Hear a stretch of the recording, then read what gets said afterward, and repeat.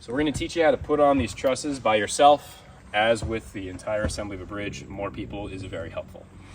So we'll get started here, and what you're going to do is you're going to drop a bolt through the hole on the end that you drilled first. Now we'll step up, keep your nut in hand, and you've got one pair of R1s.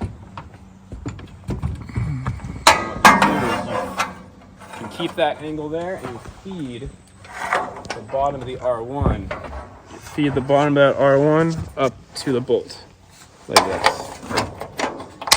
There you go, we're gonna put it on underneath. I'm gonna do this one by feel. There you go. All right, and now what you've got is your R1 in place with your other R1. You see how it can sit there? Get that there, it's not gonna fall. Yep. Now you come over here and you take out the, right? Now you have to take the bolt out. It's there already. Yeah. Perfect. All Put this right. nut on top right here. Now you have to lift that bolt up. Right. Cool. Before you do anything else, the bolt's got to be up at least half an inch. Does that make sense? Yep, perfect. Right there is going to work. You're just getting the bottom of the bolt above the nut, right? Above the big nut. Now you reach in, look at you. Drop it. There you go. Now what you'll notice when you're installing these is the bridge itself, the uprights, are mirrors of each other.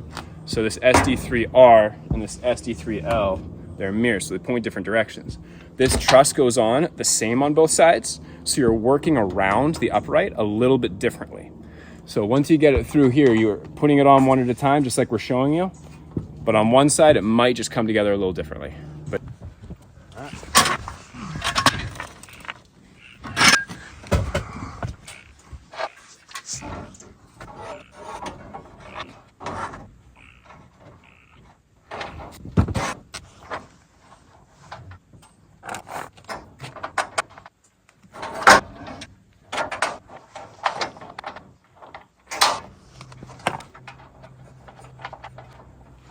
all right, once you have all of these bolts in, you got all your truss pieces in, we're gonna go through and we're gonna tighten all of these 1/2 inch bolts now.